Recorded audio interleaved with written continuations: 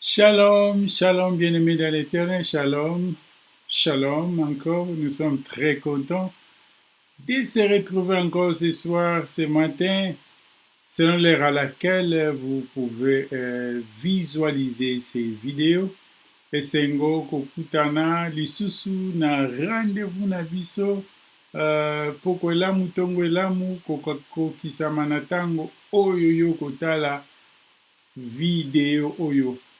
Nous continuons tozokoba na mateo na biso sur la reconnaissance tozokoba tomi kokoma vers la fin ndenge nzambe akosunga biso kasi lelo tolingi kolobela comment être reconnaissant envers Dieu et jusqu'où va la reconnaissance.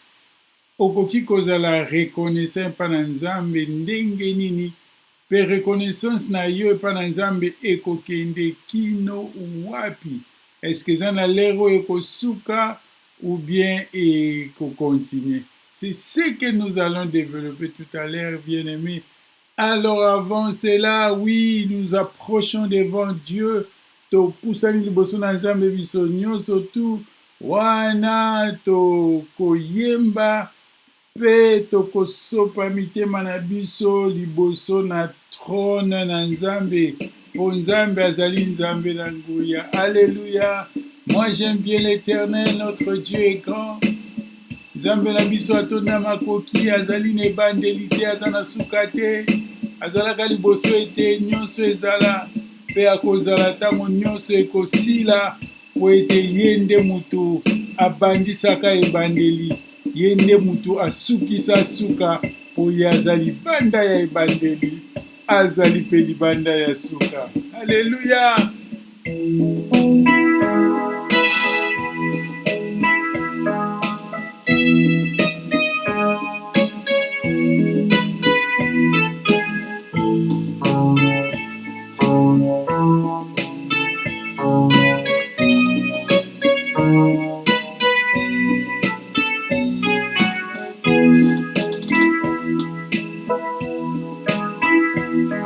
Divin amour, je trouve en toi la joie et mon âme qui s'ouvre en toi.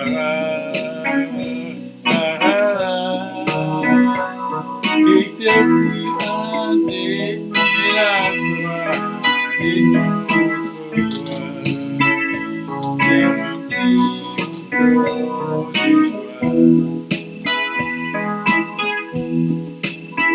Oh, quel bonheur d'avoir en toi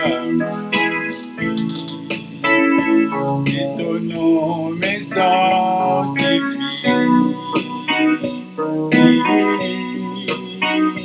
Pour que je te glorifie, oh toi divine, qui demeure dans mon esprit.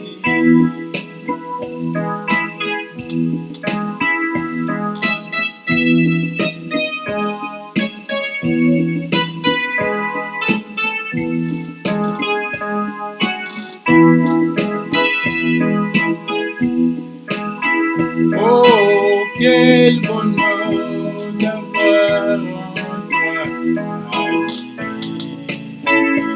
et ton nom me sanctifie.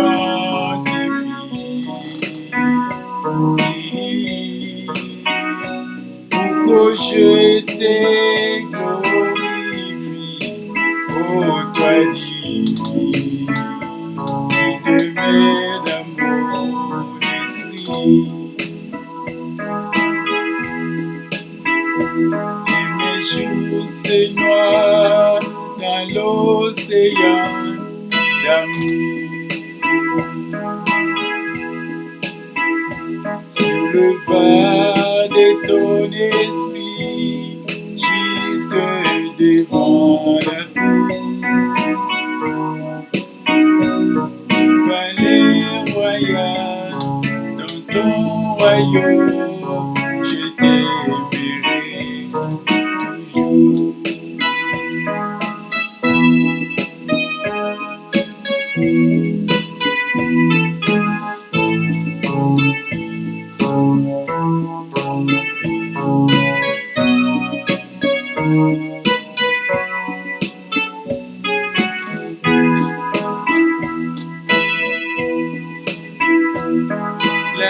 près de ton amour, planté à moi. Fais-j'aimer ma vie devant ton trône, où je prends racine pour mieux t'élever, du jardin d'été.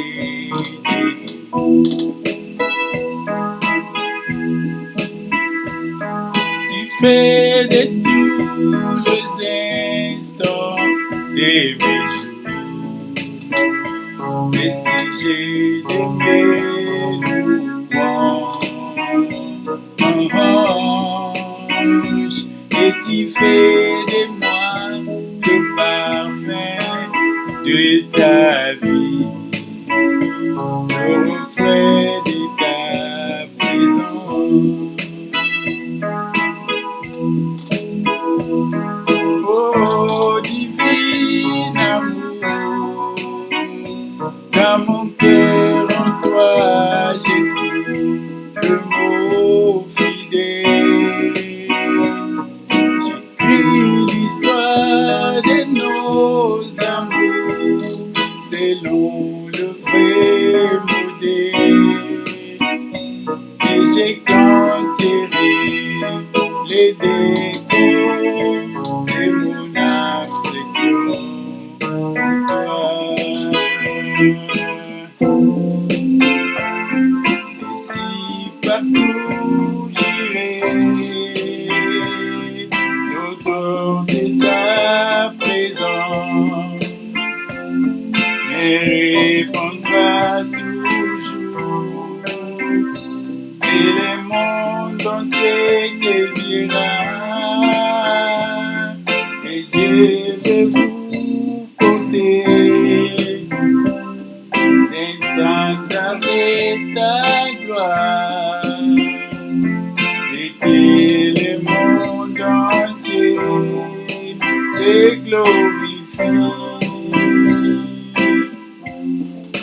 Éternel Dieu de gloire, nous nous approchons devant de toi, Seigneur, devant ton trône de grâce, Seigneur, pour écouter ta parole. Nous avons besoin du Saint-Esprit, nous avons besoin de ta connaissance.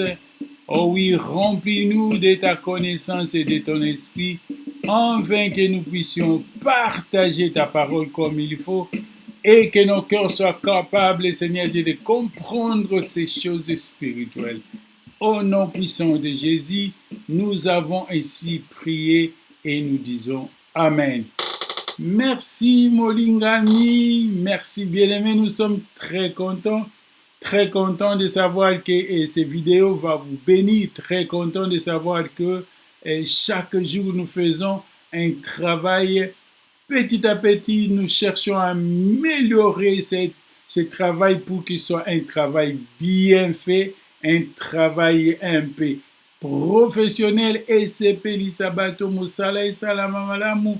Yango tozali koluka mokolo na mokolo. Oui, tolobiete, nous allons continuer notre enseignement. Aujourd'hui, nous parlons de la connaissance et reconnaissance, mais notre grande question Nabiseur Mounine ezali, comment être reconnaissant à l'égard de Dieu? Ndenge nini okoki kozala reconnaissant vis-à-vis na Nzambe? Oui, merci beaucoup. Okoyeba ete tolobaki ete reconnaissance ezali expression ya motema, lolaka ya motema, alléluia.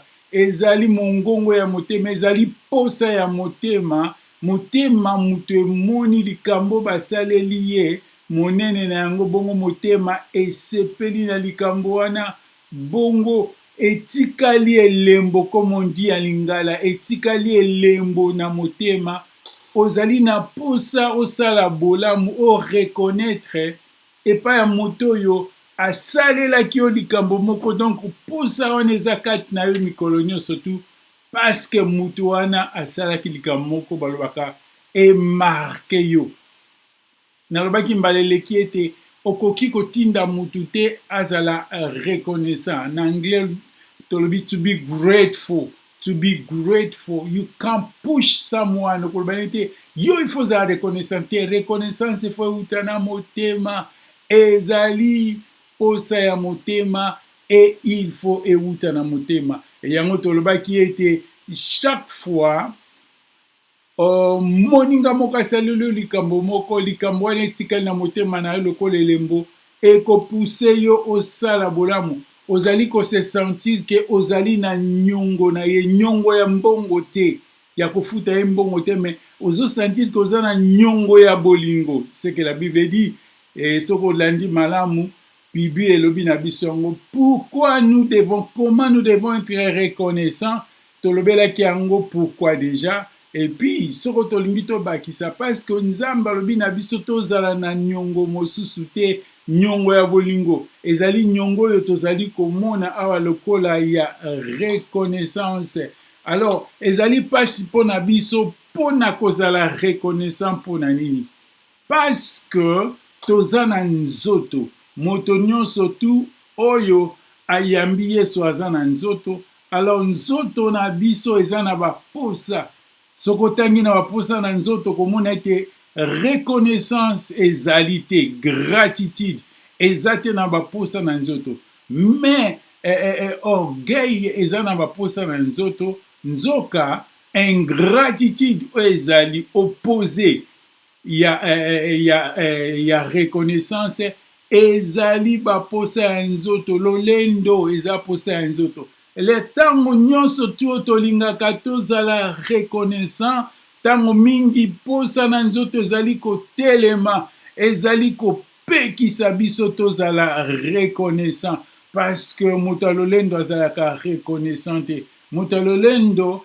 alingaka ke nyonso tu moto alufundu alingaka ke nyonso bakumisa ye nde moto asali yango wana moye azala reconnaissant te ata vis-à-vis na nzambe ozomona ete azali reconnaissant te azali ingrat ndenge tolobaka na français azali ingratitude ezali moko ya misala na nzoto e yango tango tozotanga David na psaume 103 verset 1 David azali kopesa mitindo na molimo na ye ezali koloba ete molimo nanga kumisa nzambe molimo nanga kumisa nzambe. Alors soki tolingi toyeba malamu ndenge nini tokoki kozala reconnaissant epa na nzambe eloko ya liboso fo tokoma na mesure oyo David akomaki ya kopesa mitindo na molimo na ye na nzoto na ye kopesa ordre na nzoto na yo ke nzoto na ngai kumisa nzambe kobosana te bolamu oyo nzambe asalela yo. Lelo bato ebele nzoto mutu ezopesa bango mitindo me bango bazopesa nzoto mitindo te. Alors okoyeba kozala reconnaissant epa na nzambe te soki nzoto na yo mutu ezotanga nzoto elobaka merci te nzoto etondaka te nzoto ezali wana pona kosenga eza na gratitude te. Alors soki yo oyebi koloba na nzoto na yo te ko rappeler nzoto na yo te lokola David alobaki ekozala pasi alors liboso yeba ete il faut oyeba ko rappeler nzoto na yo loba na nzoto na yo molimo na nga kumisa nzambe molimo na ngai sala rappel wana rappel à l'ordre pona koyebisa nzoto ke non keba parce que partie matérielle ya biso bato tango moko ezalaka mutu makasi baposa na nzoto eza mutu makasi alors il faut opesa mitindo wana ndenge nini susu comment tokoki koza reconnaissant epa na nzambe. David alobi que tout ce qui est à moi, la deuxième partie à lui, mon âme bénit l'Éternel. Motema nanga ito molimo nanga kumisa nzambe. Quand on parle de mon âme, on voit nyoso tu eza ya bomoto. Moto nanga ikumisa nzambe. Que tout ce qui est à moi, abongisi yango bien alobi que tout ce qui est à moi bénit son saint nom. Que tout ce qui est à moi glorifie le nom de Dieu. Ndenge nini okoki kozala reconnaissant epai na Nzambe, oyeba ete nyonso oyo ezali kati na yo, il faut epesa Nzambe lokumu. C'est ça, c'est la façon dont nous pouvons être reconnaissants. That's the way we need to be grateful for Lord. Everything that belongs to you, you need to glorify God. Epesa Nzambe lokumu.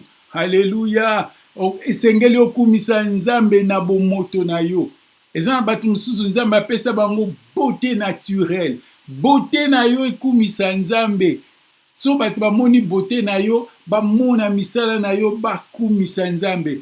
Beauté Nzambe apesa yo ezali pona kokumisa mokili te. Alléluia. Tout ce qui est à moi, tout ce que je suis, beauté na yo ekumisa Nzambe. Alléluia. Eza batu mususu bazwa chance, bazwa grâce ya koyeba koloba malamu. Éloquence na yo, olobaka bien. Salela yango pona kokumisa Nzambe. Kumisa Nzambe na oyo nyonso Nzambe apesi yo. Mayele na yo, tu es intelligent. Mema intelligence na yo na service ya kokumisa Nzambe. Intelligence na yo ezala pona ba mayela mabete pona kokweyisa baninga mosusu te, mais intelligence na yo ezala pona kotombola misala na Nzambe, pona kotombola misala kati na société, pona koede na société. Lelo oyo na bamboka na biso toza na ba docteur, toza na ba professeur, mais basoko kotombola mboka te. Banda mboka ezokweya kaka parce que mayele na bango ezali na service ya Nzambe te. Mayele na bango ezali na service ya mabumu na bango, e yango wana ezali kosala ndenge wana. Alors, esengeli po yeba ete oyo Nzambe apesi yo tout ce qui est matériel, kobanda soko oza na ndaku na yo fo ezala occasion ya kokumisa Nzambe. Na kati na ndaku na yo yeba eke ndako na yo c'est quelque chose qui t'appartient. Ndaku na yo pe kumisa Nzambe, c'est-à-dire kati ya ndaku na yo makambo nyonso ezoleka na ndaku na yo, ambiance ya ndaku na yo ezala pona gloire na Nzambe. Na ndaku na yo miziki oyo ezobima eza miziki oyo ezokumisa Nzambe, ezopesa Nzambe lokumu. Na ndaku na yo eza esika oyo priere ezali komata, ezali nini ya hotel ya parfum ya solo malamu. Ba oyo bazana ba moyen Nzambe apesi yo misolo, solo na yo pe yeba kokumisa Nzambe. Bato bele Nzambe apesi bango ba moyen, mais bazali kosalela yango na ba fin moko oyo ezali kopesa Nzambe lokumu te.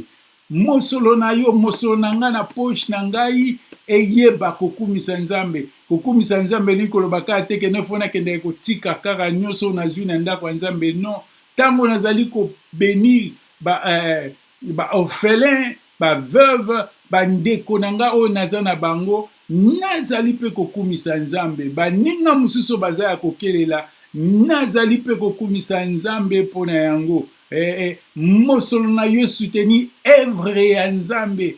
Tala misala oyo ezosala ya solo pona lokumu na Nzambe. Soutenir yango ezali ndenge oyo koki kozala reconnaissant. Alléluia. Okozala reconnaissant ko soutenir evre na Nzambe, otali lobio pona o Nzambe asaleli nga na ko soutenir evre na Nzambe, ezala reconnaissant. Soutenir ba serviteur de Dieu, ezala reconnaissant parce que semence nyonso te oyo zolona ekei pamba te. Semence nyonso te oloni na esika malamu ekobuta mbuma. Alors zala reconnaissant na kolona, zala reconnaissant na tana yo po obénir, ko soutenir musala ya Nzambe. You need to be grateful.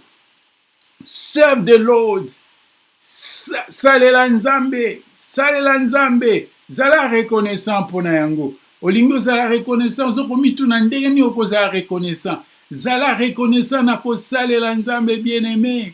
Na kosalela Nzambe, moto nyonso to Nzambe asaleli ye, moto nyonso to Nzambe apamboli ye, moto nyonso to Nzambe amemi ye na dimension mususu, ezali simple pona ye azala reconnaissant epai na Nzambe. Alléluia. Oh oui, soko tali bolamu oyo Nzambe asalelaki yo, oui non, il faut nazala reconnaissant. Reconnaissance na ngai, oh oui, reconnaissance na ngai na salela pe Nzambe. parce que biloko nyonso tu oyo toza nango ezali kaka biloko oyo nzambe apesi biso mpe nzambe aza na besoin ya misolo na biso te. Misolo na biso ekosunga mosala ya nzambe, ekosunga evangelisation ekende, ekosunga batonga ndako esika bato bakofanda, ekosunga bato bazoteya sango malamu balia bazala makasi mpo bakontinue koteya sango malamu. Voilà, wana ezali bamakambo tokoki kozala mpo na kosunga mosala ya nzambe. Ta na yo béni nzambe na kosoutenir Eve na kofaire partie ya ensemble chrétienne moko comme membre na église moko lokola membre esika wapi ozali kocontribue mpo na reconnaissance. Okotali nini nakokopesa nzambe, nini nakopesa nzambe, parce que oza na eloko okopesa nzambe te soki okabi yo moko te.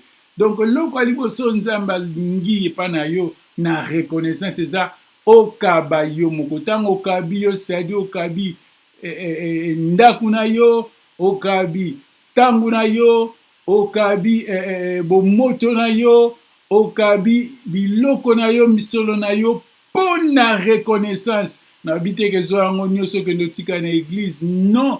Nalobi ete na kati na activité na yo ozali komona part ya nzambe mpe ozali kosala mosala na nzambe. Oui, kozala reconnaissant na psaume 9, 1-5, David alobi ete nakoloba epai na bato bolamu nzambe asalinga. Alléluia. Voilà encore une façon ya kozala reconnaissant, koyebisa bato bolamu nzambe asaleli yo, kotatola monene na nzambe, kotatola monene na nzambe na nzela koteya sango malamu, kotémoigner grandeur na nzambe. Na baoyo bayebi ete kotémoigner grandeur na nzambe, ozala reconnaissant, ozala reconnaissant ya kosalela nzambe na kati na moto nyonso tu, na chacun de nous nzambe atia bakapasité. Alors zwa bakapasité na yo, sale yango. David alobi ete nakofanda kimia te. Je vais dire à tout le monde ce que le Seigneur a fait pour moi. Oyo nzambe asali mpo na ngai, nakotatola monene na ye. Esengeli ozala reconnaissant na kosalela nzambe. Esengeli ozala reconnaissant na Deutéronome 10, 20 à 21. Balobi ete kosalela nzambe na reconnaissance na yo. Kabatango na yo mpona kosalela nzambe. Bien-aimé, tolobi ete reconnaissance ezali sentiment oyo ezali koincite mutu na redevabilité. Redevabilité, kozala redevable ni koloba kaka kolanda no mo wana te, oyo komona pasi pamba. Ezali kozala na nyongo kaka. Alléluia. Kozala na nyongo ya likambo moko oyo ezali kopousse yo, c'est-à-dire soko moni mutu wana ozokanisa. Alors, est-ce que vie na yo par rapport na présence na nzambe ozo sentir que ozali redevable, ozo sentir que ozana nyongo moko, alors ozo pousser yo osala nini na gar na nzambe. David avandi atali oyo nzambe asalelaki ye, alobi non, oyo nzambe asaleli nga c'est vrai, arche de l'alliance, sanduku ya mibeko efandi libanda kuna na mongombo, nga nafai na ndako ya kitoko te. Pona oyo nzambe asalela ngai, naza na nyongo ya nzambe, alobi fona tongela nzambe ndako ya kitoko koleka oyo nga. Alléluia. Nalobi bongo te kaka yo, mais sala ya malamu. Soko sali ya malamu pona yo, pourquoi pas nzambe oyo apesi yo makoki wana. David alobi non, ndako ya nzambe ekolala na mongombo te, na tente te. Présence ya nzambe, sanduku ya mibeko ya nzambe ekolala na mongombo te, na tente te. Il faut natongela yango ndako. Voilà, pona bolamu nzambe asalela ngai. Ondeko, soki nazani misolo kopesa nzambe, naza na tango ya kokabela nzambe. Alléluia. Soko tango esili naza na maloba nanga, soki eza te bomoto nanga, nazotambola na ndenge oyo keno nzambe azwa lokumu. Tango nzambe azomona nga, nzambe aza fier. Alléluia. Reconnaissance na ngai oyo nzambe nazopesa epai na nzambe ezali kotambola na kobanga nzambe, ezali mpe comment exprimer votre reconnaissance. Eza na bato mosusu balapa ndai mpona oyo nzambe asaleli ngai, jamais nakosala likambo boye, jamais kino oyo abali nanu te alobi kino nakobala reconnaissance na ngai epai na nzambe. Mobali mosusu akoyeba nzoto na ngai te, bato mosusu basala bareconnaissance na bango ndenge wana. Oyo nzambe esalela eza monene, ata azalaki moto ya mobulu ntango abongoli motema na bi, jamais nakozonga na esika wana mpona oyo nzambe asaleli ngai. Bien-aimé, nini nzambe asalela yo mpe décision nini yo ozwa?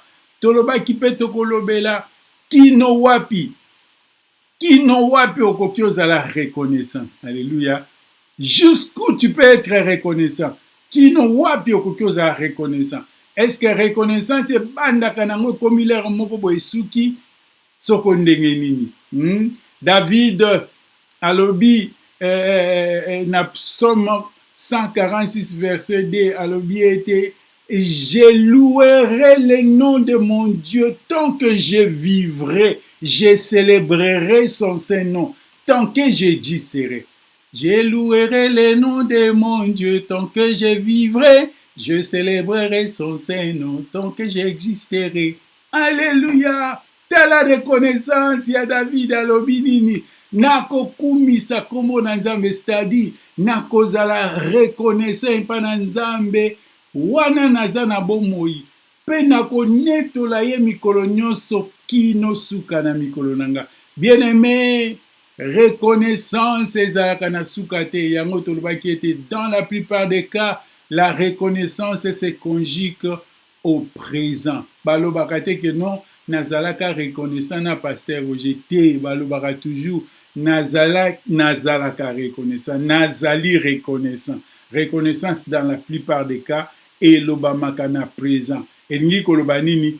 Tant que tu existes, tant que tu vis, tu dois être reconnaissant na ba oyo basalela bolamu. Bato ebele bazali ba ingrat, moto yasalelaka yo bolamu, obosani bolamu na yo yasalelaka yo, okomi mutu mabe, ntango mosusu yo okoti na lingomba ya bato bazoluka bakweyisa ye, ozali na ingratitude. Moto yasalelaka yo bolamu akeleli, obosani bolamu na ye, ozali na ingratitude. Alléluia. Tala nzambe pona nini ozala reconnaissant ya kosuka, parce que nzambe asuki te. Job 3:22 bien que Dieu renouvelle, les bontés de Dieu ne sont pas épuisées. Les bontés de Dieu ne sont pas épuisées, il renouvelle ça chaque matin. Bolamu ya nzambe esuki te, azo bandela yango tongo na tongo. Bongo yo reconnaissance ne pas nzambe kosuka ndenge nini, parce que pema oza nango ezali likaboko ute pa na nzambe, pema oza nango ezali likaboko ute pa na nzambe. Alors okoza na reconnaissance ya kosuka ndenge nini? Voilà, roi David avait compris cela. Yango lobi ete nakukumisa kombo na nzambe wana nazali na bomoi, pe nakonetola kombo mosantu na yo kino suka na mikolo nanga. Ça c'est la reconnaissance. Animés par les désirs de la chair, abandonner cette vie de reconnaissance, ils sont devenus ingrats. Beaucoup des hommes. Nzoto etindi biso na makambo ebele, okomi ingrat ti vis-à-vis na nzambe. Vis-à-vis na nzambe okomi ko afficher ingrat. Ingratitude na ezo monana ekomi mokolo ke nokumisa nzambe yo ke na makambo mosusu. Tokoma ba raison ebele, oh non nasambelaka nanga na internet. Alléluia. Eza nango mabe te. Mais Bible dit, il est doux et agréable de demeurer et des frères de demeurer ensemble. C'est là où Dieu répand la bénédiction pour l'éternité. Et ça, la bénédiction, nous avons na kati na ensemble. Et ça, pamboli mususu kozongo kaka na kati na ensemble. Yo ensemble na yo eza na kati ya internet. Alléluia. Tango kozwa makambo, ozana posa bato internet pe baya kotala yo. Alléluia. Je louerai le nom de mon Dieu tant que je vivrai.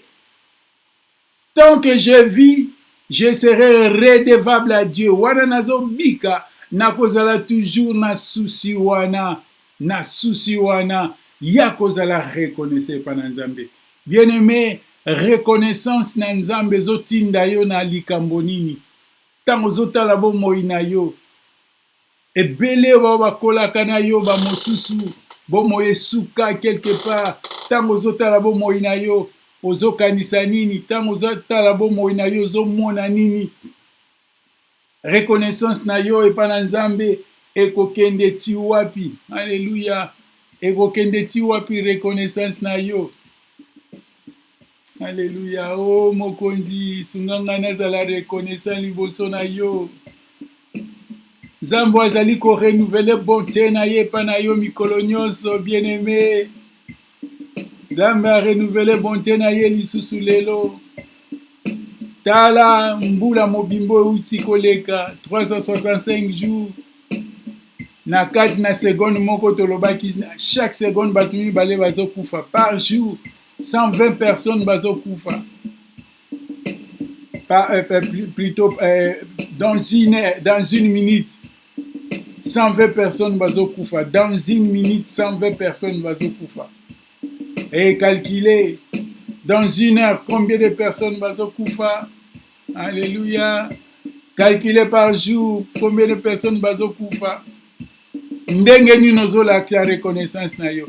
Reconnaissance eza eloko babombaka na motema te. Oh non, ngai nazalaka reconnaissé pa na Nzambe. Reconnaissance na yo ozala ngo pa na Nzambe, c'est bien. Mais okomonisa yango ndenge nini? Eza lokolo olobaka non, ngai nalingaka mais lakisa bolingo na yo. Alléluia. Lakisa bolingo na yo. Eza likambo babomba na motema te. Non, ngai nalingaka mutu wana mais eloko moko te ezolakisa kolingaka ye. Alléluia. Oui, divin amour. Mitema na biso tomema yango epa na yo.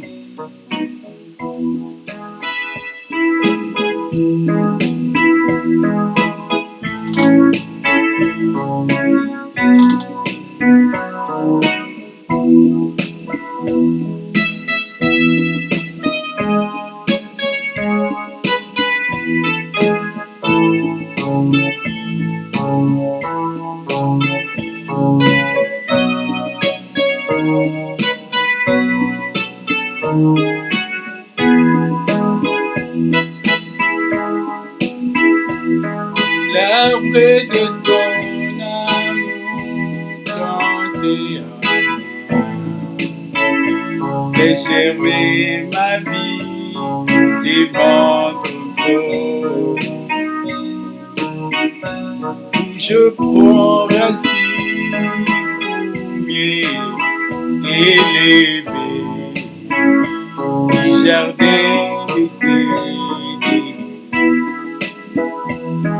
Tu fais de tous les instants des jours. Et si j'ai d'aimer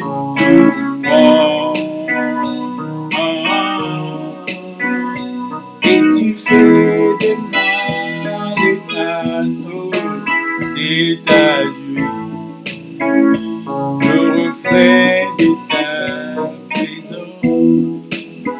Éternel Dieu de gloire, nous venons devant de toi. Tikali loba oyo Nzambe, et révolter mitema ebele. Tikali loba oyo Nzambe, bato baloba ete non, je dois être très reconnaissant. Tiens, je ne le suis pas devant Dieu. Oui, je prie pour mon frère, je prie pour ma soeur. Nabondeli mpona ndeko na ngai, nabondeli mpona ndeko na ngai mobali. Oh, divin amour,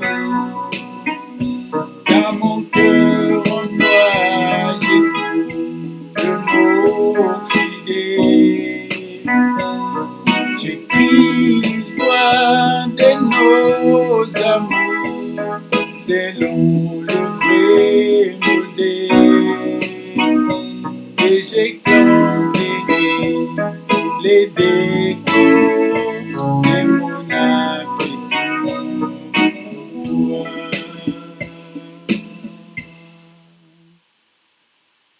Éternel Dieu de gloire, bénis cette parole, bénis toute personne, Seigneur Dieu de gloire, oyo akoyoka yango, ezwa esika na motema na kombo na Yesu. Amen. Merci molingami nzambe apambola yo. Liloba oyo elendisa yo, zala reconnaissant epai na Nzambe mpona bolamu Nzambe asaleli yo. Kobosana yango te, Nzambe nde moto asaleli yo. Na kombo na Yesu nde tolobi bongo, biso nyonso tolobi. Amen.